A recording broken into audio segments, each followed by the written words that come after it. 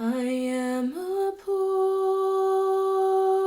wayfaring stranger, while traveling through this world of woe. Yet there's no sickness, toil, or danger in that bright world to which I go. I know dark clouds will gather round me. I know my way is rough and steep, but golden fields lie out before me, where God's redeemed shall ever sleep.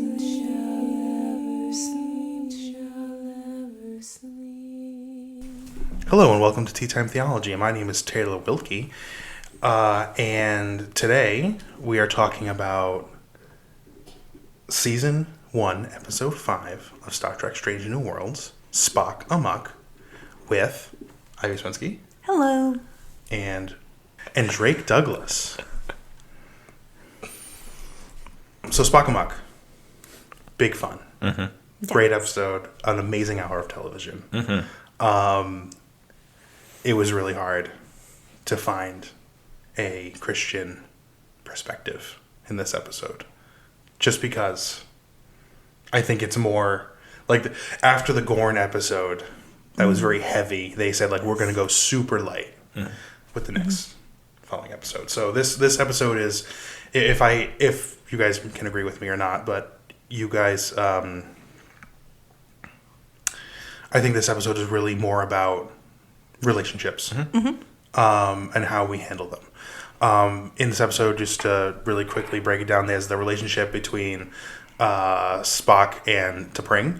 There's a relationship between Number One and Lieutenant La'an. La'an? And then there's Chapel's relationships. And then, of course, there's there's Spock's relationship with himself. Yes. And the acceptance of himself as he is. So yeah, where do we want to start? Do we want to start with anywhere in particular? I'm just laughing because I forgot the notes that I had written, and my first one is there a pre-test in trauma to be on Starfleet? Because it seems like everybody has some like deep, dark, traumatic background to be on it. And I'm like, is anyone just like well adjusted in there for a good time? Like, I mean, yes, and no, well, no. Actually, the original premise of the show was that there would be no interpersonal conflicts in Star Trek. oh, So that blew up pretty quickly. So they would like, so in the original series everyone was pretty like they didn't have like deep dark backstories. They just kind of like poofed into existence, and TNG was kind of the same way. You didn't start getting interpersonal dark pasts until I would say Deep Space Nine. Yeah. But, you know, that in itself is actually kind of a theological reality, because there's no reality where we do not have interpersonal conflicts. And that we do hear a lot about that in Christian witness and Christian living, is that how we are with each other and with ourselves is a very important part of what we consider and think about and work towards as a community. So I think, I don't know, this might be an easier lift than what we thought. Let's see where we get. Do you think it's hard as a clergy person because people like assume that you have to be like this perfect sort of person to be a priest, and then you're like, no, I'm actually a mess like everyone else? I mean, I don't know you on a personal level. You might be very well adjusted. But... No, not at all. I actually try to say that, you know, I'll say it's somewhat in jest, but I do say it often out loud as much as I can. That, you know, if I'm being particularly heavy-handed, I'll say something like, I'm just as wretched as the rest of everyone else, maybe more, you know. Yeah, there is a lot of projection that goes on. I think understandably so. We are held to to a high standard of behavior and responsibility for how we are with other people. And I think that is a fair ideal to at least have in the mindset. I think sometimes it does get perhaps a bit unreasonable when people, I think, sometimes are surprised that, as a clergy person, I get annoyed and irritable and or just really tired, or sometimes I just actually don't care as much about that thing as someone else does, and that is where the relationship stuff really comes into play. And I think that what we do, I think in this moment in time in our Western culture, in what really is sort of this epidemic of isolation and loneliness, I think one thing we as clergy people need to be doing maybe a better job of, but especially a more explicit job of, is teaching and preaching about the importance of proactive relationship building. Relationships exist no matter what. They can be poor or weak or strong or good. Either way, we are relational. And unless we exist completely in an isolated way, which very few of us actually do, relationships just are. And how we work and build and tend to those is a profoundly Christian tenet. I think Jesus talked about how we treat each other and ourselves more than he talked about anything else. So I think it's something worth thinking about.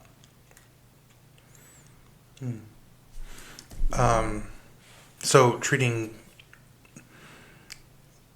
each other and treating ourselves, how we treat each other and treat ourselves. So like for the example of like Una and La'an, like I don't think that I get the idea that they are very career driven people. I mean, they are, where fun goes to die. I know, I felt so bad for them. They brought it upon themselves just a little They bit. did. But, They did. But there are people who are, hyper focused on their career and what they do, and what they do defines them. I don't know. Can you guys relate Yes. to that? Yeah. I mean, I'm definitely not one of those people, but how do you fight? Or, I mean, not to say that defining yourself by what you do isn't a good thing, but you can lose yourself. You can lose a part of yourself in that. How do you? So Drake, how do you keep yourself from being all clergy all the time? Totally consumed. Time off and time away is really important, which can be increasingly difficult to manage, especially when things are going well at church. I think a lot of people would think that would only be sort of in times of, turmoil or crisis that time off or time away is difficult. But it actually, the funny thing about a church is like when it's doing its thing well, it kind of creates its own source of gravity, and more good things start to happen. And that's awesome, except for all of those things require something else. And so being able to sort of clearly look at the community, at the activity, at the, plans and goals and things that this community has set out, and to kind of have the ability to say, okay, like that's enough this week. This is good, and I'm glad, and you relish in that. You give thanks to God for the things that are going well, and then have this sort of realistic moment where you say, and if I want to have another good week, I really need to take the next, day or two to sort of put it down for a minute, and trust that putting it down does not mean abandoning it. It means putting it down, so we can take it back up again. And the hard thing about pastoral work is that when really important things happen, they don't tend to happen only 9 to 5, Sunday through Thursday, which are sort of like my work times. But with those exceptions sort of put to the side, I think it's about it's about clear boundaries. It's about gracefully sort of being firm in that boundary as people, as Ivy said, kind of tend to put maybe at times some unreasonable expectations on you, and just hoping that, with God's help, some level of like clarity and calm can pervade into that space, into that community where grace can happen and rest can happen and faith and goodwill and all of those good things. So what is your version of like Enterprise Bingo? Enterprise Bingo. Oh my gosh. Because that was so fun. That was so fun. I have want to start one for where I work. I'm like, let's go. Everything they've done, everything they did in Enterprise Bingo was like, yeah, I've always wanted to do those things. Lord, I need to think about that. That's a great idea. I mean, honestly, outside of, church, I think, at least in Rhode Island, we have such a good like food and drink scene that I definitely am like, oh, we got to go there. There seems to be like a new restaurant opening up, every week somewhere around here that is good, or I don't know, but popping around, seeing things, experiences that just aren't the everyday, that's really important to me. So I don't know, I should make that card. Where's your number one drink spot in Providence or in the area? There's a relatively new one downtown called Clementine. Oh yeah. It's quite cool. Very small, so you basically sit around like one small bar, and so you can kind of like see everyone, and they have really creative and well done cocktails. It's good for a first or pre-dinner little drink. And What about restaurants? What's your go-to if you're going out for the night? That's difficult.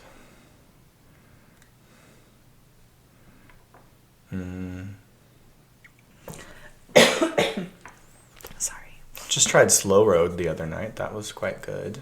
Apparently I need to go to Ted's. Yes, you need to just- go to Ted. Yeah, Ted's is Ted the Stadium best. Pub, everyone. Honestly, if I am not looking for, haute cuisine, but just want something good and dependable, the Big Cheese is... Big Cheese? Listen. And they have good cocktails They have, there. it's... This is going to be controversial, but I don't like Big Cheese. Oh, no. It's okay. I am anti-Big Cheese. I think it depends what you get at Big Cheese. I got pizza, and I was I didn't enjoy their pizza. Oh. Which I feel Which like... blend did you get though? Oh, man. See, they have like their original blend, which is like heavy on cheddar cheese, which I don't particularly love. But if you get their Italian blend, it's like the mozzarella, that kind of vibe, and that I do like. Yeah, I got it when I first moved to my house. Like the day I moved, because I driven by Big Cheese like a zillion times in my life and think, oh, I should stop there. And I finally moved to that neighborhood, and I'm like, oh, all my friends are helping me move. And I'm like, okay, I'm just going to go buy like a 30 rack of beer and like a bunch of pizza. So I went to Big Cheese thinking like this is the place that I'm going to be getting my pizza from forever but I was like, meh. That's the thing about Rhode Island, though, is like between your house and Big Cheese, there are 4 other pizza places. So like, we're like a big pizza area. Right, pizza strips all the way. What do you think about pizza strips? I like pizza strips a lot. Are you a pizza I stripper? still don't understand. You don't understand? I don't understand. It's okay. It's I fine. love pizza. I've accepted it. But I think it's like a thing you grew up with. Like, Yeah. I would bring that like at lunch to school on a Friday as like a treat. Yeah. As a transplant, I thought someone made a mistake the first time. I thought they just forgot to finish the pizza. That's amazing.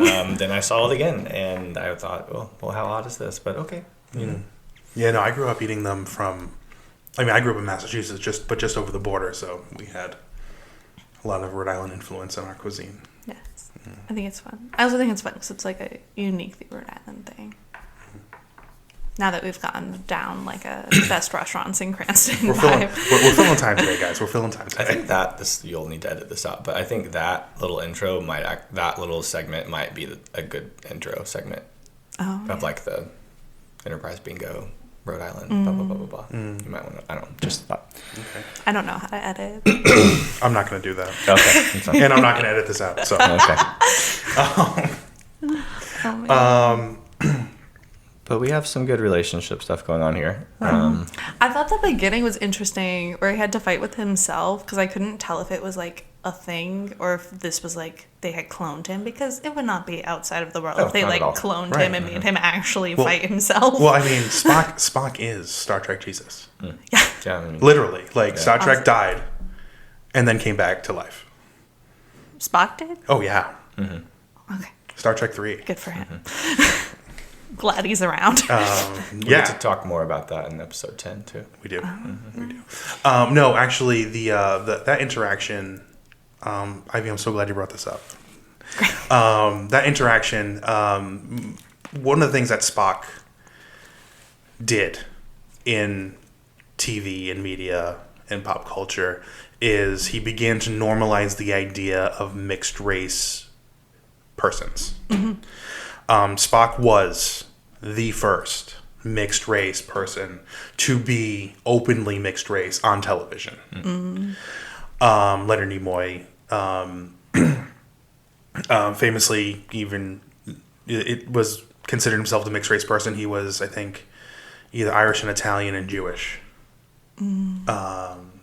That might not sound like two different things, but in the 1960s, guess what? It That was. was. So it was a lot. So he really took that role very seriously. And in fact, during my rewatch, I did some research, and in 1968, a young lady wrote an open letter to Spock, to a publication called Fave Magazine in 1968. And she was also a mixed race person, and she was happy that she was representing him. And she said, I know that you are half Vulcan and half human, and you have suffered because of this. My mother is Negro and my father is white, and I am told this makes me a half-breed. In some ways, I am persecuted even more than the Negro. The Negroes the Negroes don't like me because I don't look like them, and white kids don't like me because I don't exactly look like one of them either. I'm not a mixed race person, but that hits me hard. My wife is a mixed race person, and that, it's something that it doesn't seem like it should be important, or it wouldn't even come up in a relationship, but it does. It does a lot, especially for her and I. Not in a negative way, just in a things are different. It's just real. Yeah. It is. But Leonard Nimoy saw this letter in Fave Magazine, and he wrote back to her and saying, Spock, and he said, Spock learned he could save himself from letting prejudice get him down. He could do this by really understanding himself and knowing his own value as a person. He found he was equal to everyone who might try to put him down, and equal in his own unique way. So this scene where he's fighting himself, this is a ongoing thing that goes on throughout Star Trek because Spock is half human and half Vulcan. They're actually just going at it head on in this episode, I think. I think what's interesting, we've talked so much about like relationships between one or two people, but the episode like really ends with like Spock being like, Starfleet has allowed me to not have to always think about that about myself and to just sort of be who I am. So I also think it's interesting about like, it's not just the relationships you build with one other person. It's like, where is your community where you can also be your most authentic self, and like the community that will sort of just embrace you for who you are. And I think on its best days, that is exactly like what the church is supposed to be.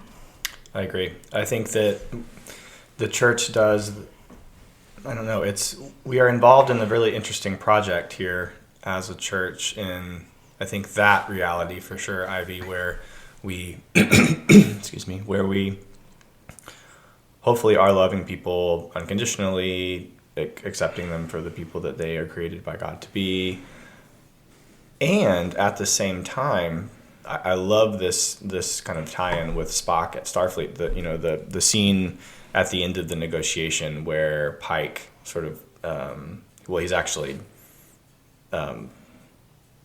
he's defending T'Pring, who is is Spock and all that anyway, but is talking about how Starfleet has at times required him to sacrifice some of his individuality for the sake of something bigger and the sake of the health and the well-being and sort of like the mission and the goal of that. And I think our current moment in the church is that we have done a lot of good, necessary work in thinking about where the church has not been good at accepting and loving people for who they are created to be. And we've done a lot of great, I think we're not done with that work, but we've done a lot of great work at trying to sort of rectify, even to confess and ask forgiveness for that kind of behavior in the past. And at the same time, there is something to be said about being part of a body, right? And that all of us are, yes, individuals, but part of the larger mystical body of Christ. We all kind of perform different functions. We all have different skills.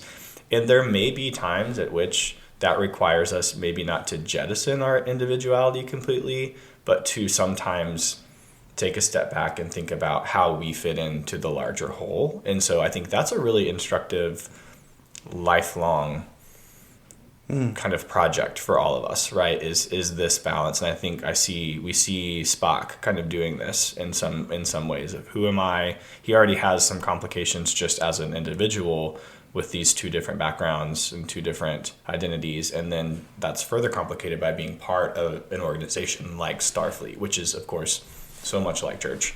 And so, I don't know, I just saw that as a really, I thought, kind of wide-eyed reality of where I think the church would be its best, which is to do both of these things, right? Mm-hmm. Is to say, yeah, the essence of who you are, your createdness and the image of God is good and true and worth being here.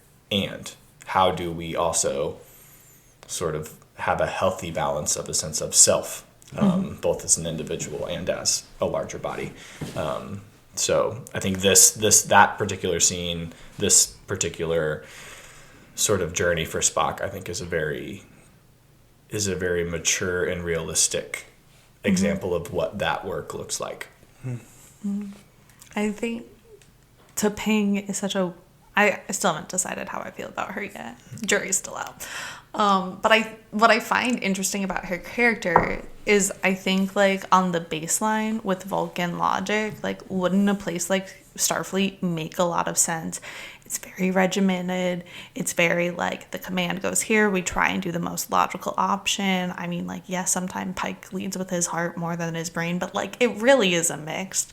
The guy's not going off and doing like a bunch of really crazy things. Mm-hmm. So I think it's so interesting that I think like T'Ping, like her battle isn't actually even with Spock, it's with like Starfleet as a whole. So I think it's also interesting that like when she had to go and sort of like act as Spock, it was in this like very official Starfleet manner. And yes, he did have to like do her job for her as well, but it was like a little different. That was more like relational, one-on-one. Hers was like, this is what he does on a day-to-day basis. And also seeing like the logic within Starfleet, I think sort of helped her sort of understand it better. Like I think I don't understand her problem with Starfleet besides the fact that it like keeps her boyfriend busy, but like that's any job. Well, yeah, that's the idea, is that Spock is intensely loyal to Starfleet. And it could be in when you're trying to balance those two, not only is Spock in Starfleet, he is away. He is not always hanging around the neighborhood. So when he comes home, she wants to spend time with him, and he is constantly being pulled away. And I think that's just something that it's work-life balance. Can Spock perform the work-life balance by being in Starfleet? I mean, I know that for a year, my work-life balance was terrible. I was traveling. I was away. When I was home, I just wanted to do nothing. Like, like when you're away from home for so long, for a week at a time, when you come home, it's like, I just want to be here in my space, in this space. And then, when your wife or your other person wants to like go out, you're like, that's the last thing I want to do. But no, like I've been eating out all week. I want to stay home and make something easy and just sit and watch. Like, I want to be surrounded. I used to say, I just want to be around my things.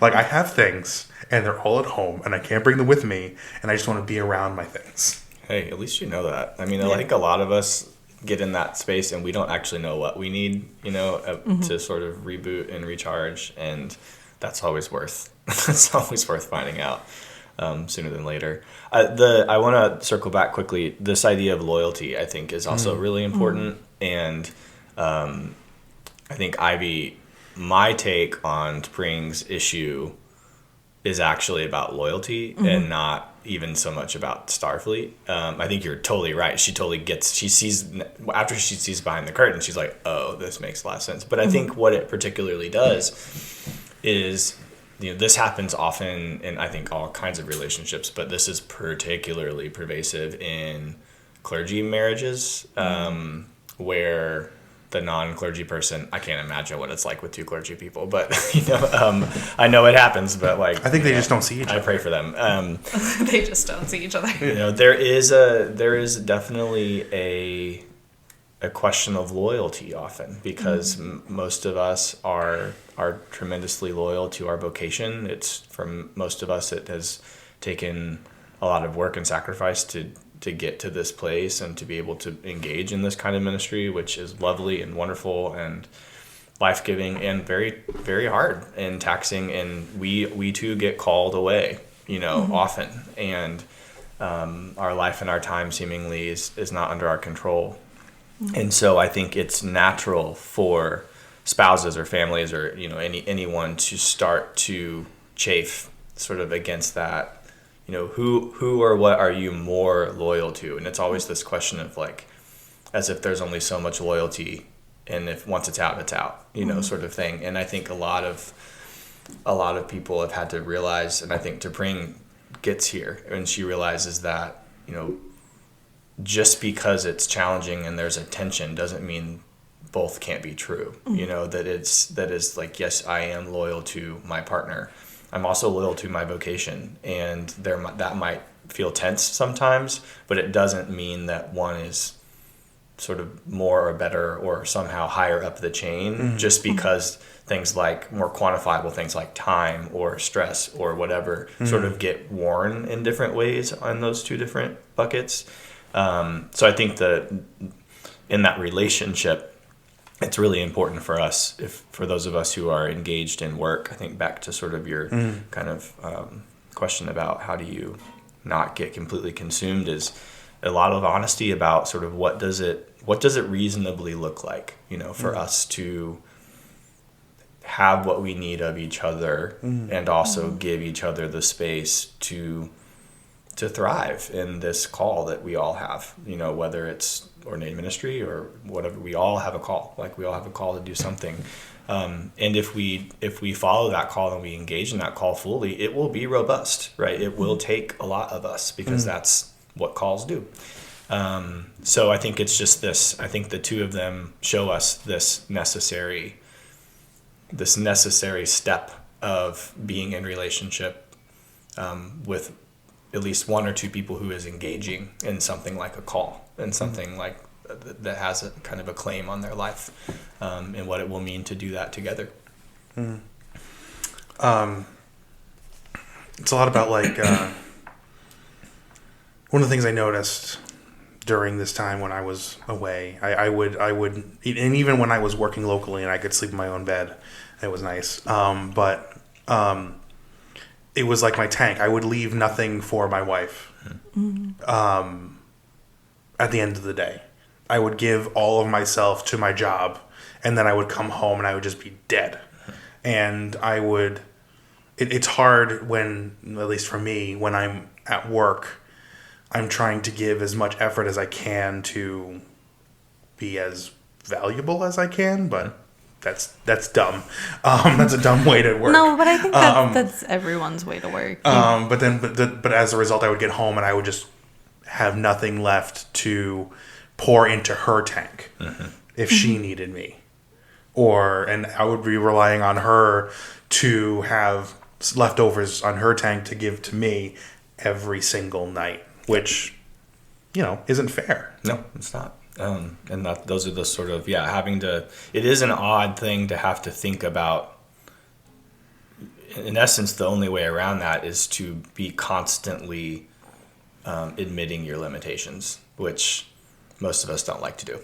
Is to sort of live in this way. And it's not the same as living in a place of scarcity, but it is a kind of wisdom technique about saying, I know I only have this much in a day, and I could go all the way at work, or maybe I try to leave on time and maybe save that next project for tomorrow because I need a little bit at home. And in a funny way, I think those things end up just making us better in all of our little domains. But it is this active acknowledgement of like, I only have so much, and if I give it all up in this way, I know that's going to cause a problem somewhere else. And so it's just that discipline of trying not to do that. Obviously easier said than done. Just keeping on the theme of relationships and how they're hard. Every argument, every interaction between T'Pring and Spock has played out in my household a million times. Like when he walks in and he's late for dinner and she's just sitting there, I was like, man, this man. Seen that face before. Oh my God. Like for a bunch of people who don't have emotion, they're really showing emotion on their faces. Like the disappointment, like the whole I'm not mad, I'm disappointed. That's the worst. Oh my God, it's the worst. I also think, again, I have not seen anything else besides these 5 episodes, but I think it's really funny that everyone's all like, oh, Vulcans don't have any feelings. I was like, T'Pring has a lot of feelings, y'all, and she is sharing them. She just is saying them in a logical way to make you think she doesn't have any. And I kind of enjoyed Nurse Chapel being the emotion translator of the episode, which I thought was interesting as well, that she's like, this is what she actually means. And I think it's funny that even this race that's supposed to be so logical and be able to talk everything out also still needs someone to be just talk to her, just have a conversation. And I think that we haven't really talked about the whole diplomatic mission that was happening as well, but I thought that was really interesting that it ended with Pike being they just needed someone to see it from their side. Yep. And sort of understanding that this idea of radical empathy, which is I think something that gets thrown around a lot, no one actually knows what that means anymore. And having that radical empathy, and what does it mean to actually do that and not just say it. Well, I think radical empathy, I think, is leaving your opinions and your biases behind and trying to meet someone where they are. I'm not sure, maybe I talked about it in an earlier episode, but I've been trying to do that with people who don't agree with me politically. And it's a hard time to talk about these things. But I'm trying to not just say, well, why do you think that? That's the wrong way to think. I'm trying to understand why they think how they think. Why is this thing that they dislike important that we need to talk about on a national level? Oh, sorry. I was just going to say, that's literally, make me a channel of your peace. What prayer is that? Is it the St. Francis Prayer to St. one? Francis. The St. Francis prayer is, pretty much exactly what you're talking about. There are no new ideas, folks. No. He's very old. Yes. Yeah, he got this pinned a long time ago. Yeah. Yeah. But yeah, it's just, it's meet these people where they are, and that's what's great about that scene is that they just, like you said, they just want to be, there's no reason for them to join the Federation. Yeah, but Taylor, your point is good because there is the difference. I think where we've fallen in. Excuse me, I'm very phlegmy today.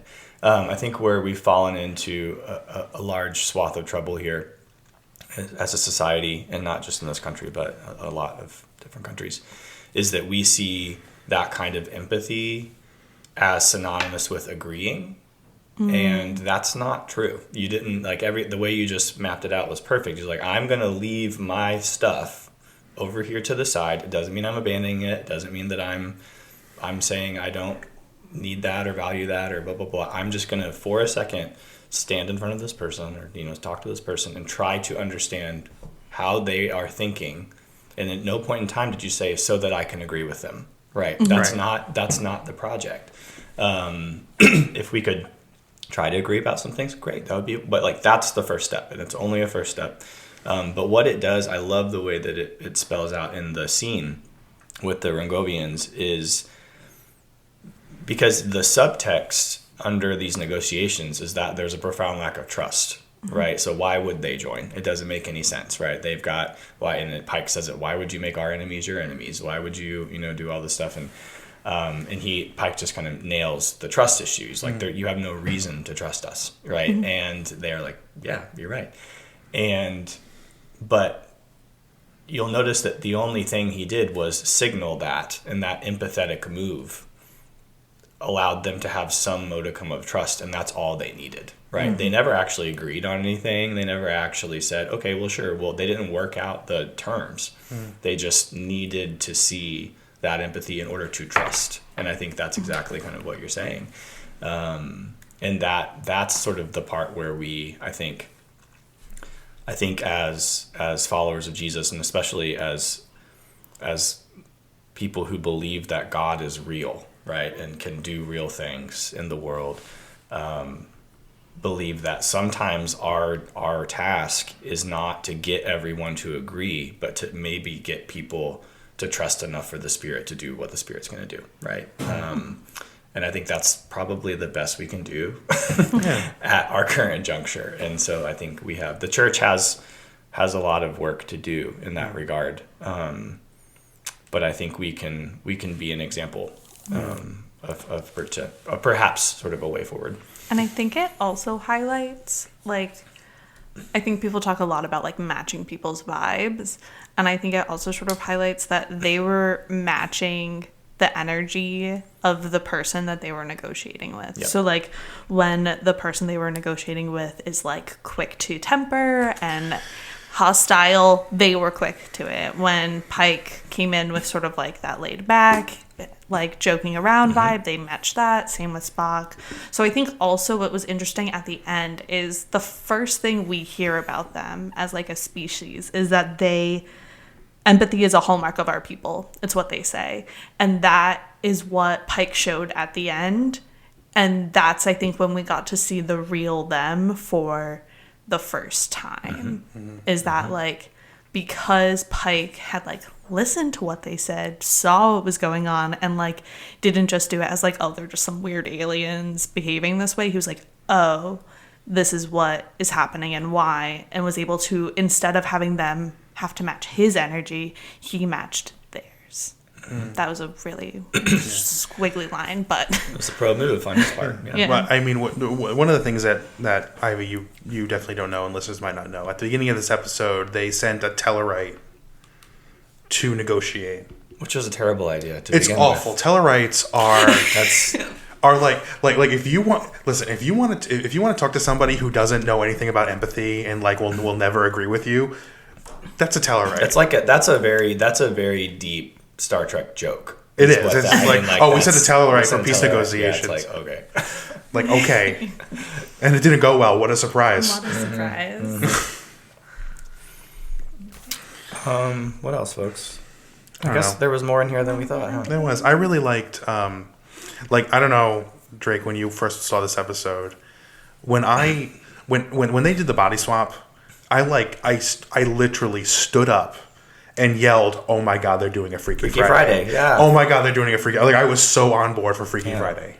Again. There's a new movie coming out. Jamie Lee Curtis and Lindsay Lohan, they're back. Yes, the sequel that no one asked for.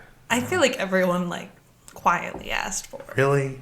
I will be seated in that movie theater. I forgot that movie existed. But it was so good with Lindsay Lohan. You should rewatch it. I will. Maybe we will. Maybe we'll do a whole season on that. We're going to do Freaky Friday. Disney movies. We're going to leave out all the ones where the parents are dead. Oh, yeah. So all of them. All of them. Yeah. But yeah, it was overall. This is just a fun, uplifting, great episode. Can I say one thing that I thought was really funny though? Yeah, you can say it. Because Uhura is like the communications person of Starfleet. Like Yeah. she's the one who does the relational stuff the best. And she was like very much sidelined this whole episode. And I was like, why isn't she's the one who already knows this. Maybe that was the point, is that she's the one who already has it together and everyone else needed to get on her. Right, this episode, wavelength. this episode would be 5 minutes long if Uhura was If in I charge. was there, Yeah, she would have that's been true. like, "You're being an idiot. Get your life together. Everybody stop." And then that would have been the entire episode. Yep. That's a good point. I didn't think about that. But yeah, maybe she's got it figured out. Also, I think she just kind of had her episode. Yeah. You know, so that might also be a thing. Gotta give everyone a shot. I think maybe the only point we didn't really hit on is Chapel, right? And Chapel's. It's funny you mentioned, Ivy, that she becomes sort of this emotional translator, and yet she is actively running away from emotional intimacy at every conceivable turn. What do we think that's about? I mean, she kind of says it, but I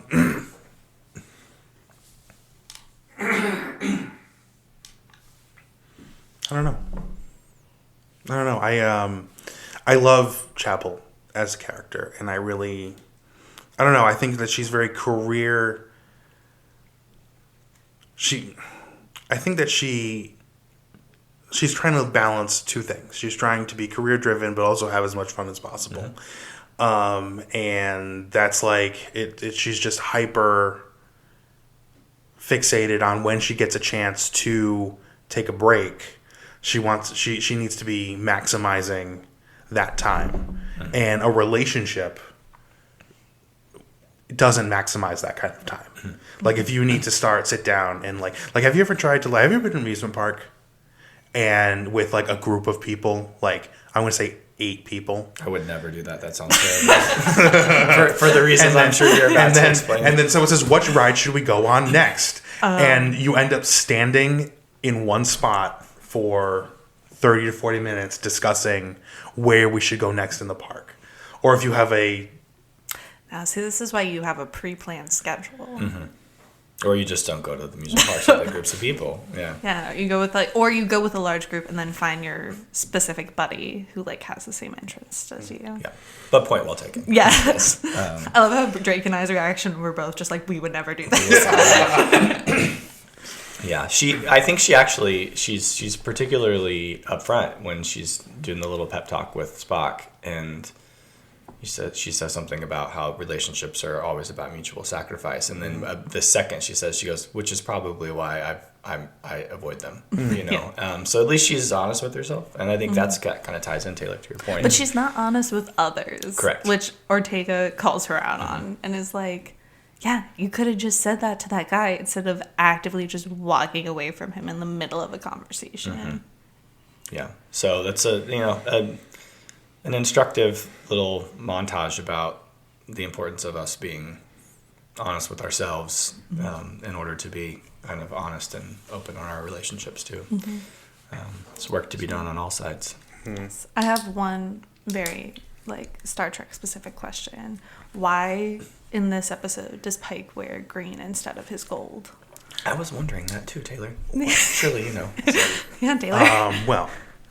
I mean, I love the green tunic. I think the green tunic is fantastic. It is right up there with Picard's captain's jacket for me in like uniform, like alts. I don't know why. It's one of those things. I think it's like a shore leave outfit. I don't know. Maybe it's his command. I'm a commander of a starship while I'm on a space station. I can't be in ops. I can't be in command gold because I'm not in charge. I don't want to be roped into stuff. I'm like, fair enough. But also, why not just wear civilian clothes? Also, nobody wears green. Does anyone wear green? Not on this ship typically. No. So I'm not sure. The first time Kirk wore that tunic in the original series. It would come and go. I'm not ever sure why. The internet will know. Send us your letters. Yeah. If you know, please explain. There is generally a problem with Starfleet uniforms, and the joke is that like Starfleet changes the uniforms like every day. Like the design changes daily. Like if you run out, like if you get like a burn on your like uniform, and you go to the replicator to get a new uniform, it's going to spit out a different uniform. Yeah, keeps it fresh. Yeah. I mean, you can only change it so much. At the end of the day, it's a shirt. I mean, There are a lot of different ones. yeah, there are. It's like vestments. Got to keep it fresh. Like, who's your favorite? Like, Drake, what's your favorite uniform? I like the Discovery. The Discovery uniforms. Yeah, the jumpsuit. Yeah, I think those are pretty fun. They seem like they're like a good balance of like practical and fashionable. Everyone looks pretty good in them. So yeah, it's funny that all of these like to our eye, like the more modern looking uniforms are in the timeline. Actually, the older ones. Yeah. Because we're getting closer, which we saw we'll see in in episode 10 that the uniform in the future to us looks like the old one. Right. But that's just The motion picture uniform. yeah, that's just cinematography timeline problems. I think that the TOS uniforms always looked like the Strange New World uniforms. It's just that we never saw them in high definition. There you go. Yeah. My favorite uniform is the First Contact Deep Space Nine uniform with the gray shoulder pads. I always really liked that one. I think we should let these people out of this conversation. These poor people. Anyway, unless anybody else has any other final thoughts, I think this is a good place to end. Drake, if someone wanted to reach out to you or meet you somewhere on a Sunday, where should they go and how should they do that? Well, I'll be in church. So I am the vicar at St. Augustine's Church in Kingston, Rhode Island, which is nestled on the corner of the University of Rhode Island. So I'm also the Episcopal chaplain to the school. And just give us a Google. We're sort of in flux right now with our website and socials and things like that. But 9:30 Sunday mornings we meet. It's a lovely community down there. And I also do a little bit of programming and feeding and worship stuff with college students Wednesday evenings. So give me a shout. Let's hang out. All right. Thanks for listening, and we'll see you next week. I'm going there to see my father. I'm going there no more to roam. I'm only going over Jordan. I'm only going over home. I'm going there to see my Savior, to sing His praise forevermore. I'm only going over Jordan. I'm only going over home. Thank you for listening to Tea Time Theology, a ministry of St. John's Cathedral in Rhode Island. We would like to thank our producers, Ivy Swinsky and Taylor Wilkie. Special thanks to Mariah Akande and David Hines for this season's music. Additionally, we would like to thank our sponsor, the Episcopal Diocese of Rhode Island, and the Right Reverend Nicholas Knisley, as well as our guests today. Follow us at Tea Time Theology on all social medias.